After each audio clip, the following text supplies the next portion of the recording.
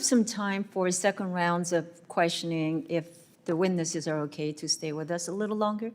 Great. So let me first start with follow-up questions from what we were discussing earlier regarding the use of the Defense Production Act. I know, Senator, you just mentioned that you had a legislation in the Senate.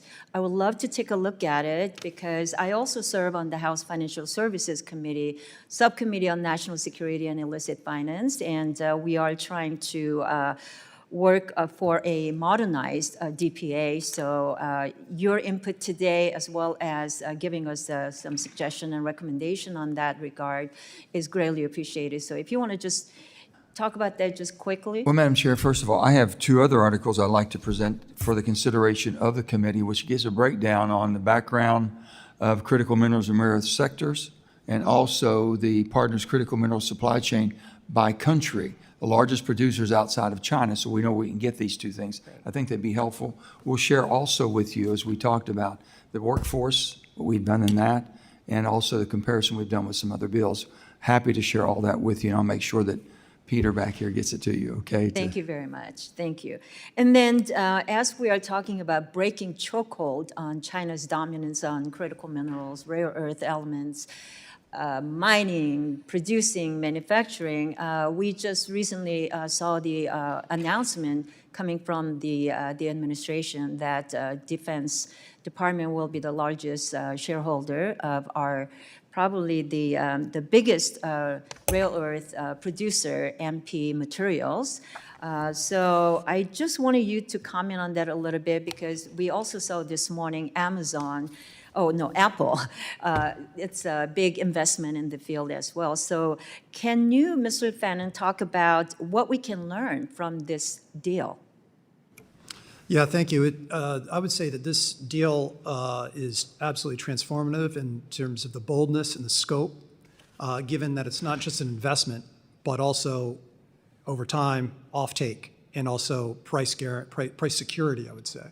The Apple point is, I saw that announcement too, where Apple is going to invest as well because they want these magnets, which is critical to their business. And so what I think that the lesson here is there's a role for the U.S. government as an investor in these projects, firstly, whether in the United States or internationally.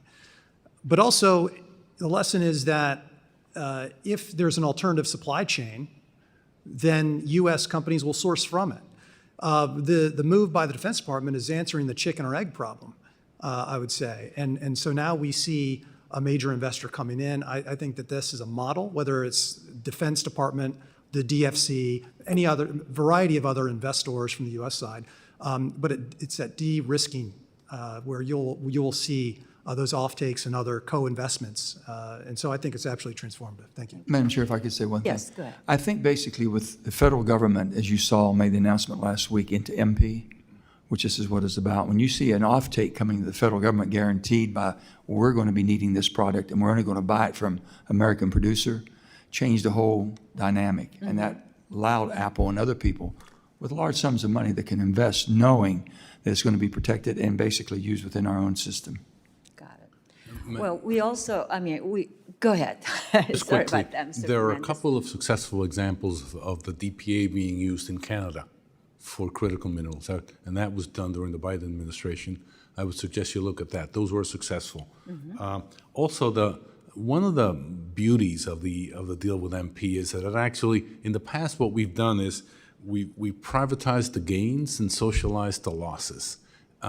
What this does is it actually makes the U.S. government a partner in the success, yeah. And I would look at that as an example going forward. It's not going to replace the private sector, mm-hmm. but it certainly can be an early stage investor. Sure. Thank you. Well, thank you so much, all of you, for that.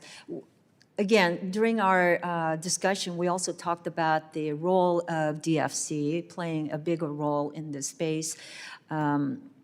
So our subcommittee is also charged with reauthorizing DFC before this fall, and we hope to do this soon. So we are looking at equity effects. We are also looking at expanding the countries that we can utilize our DFC in. So if you can talk about how that can be important tool going forward. Obviously, domestic production is critically needed. We all established that. But we also need to work with our allies and partners in the region. So how can this be a critical tool in our also diplomatic toolkit?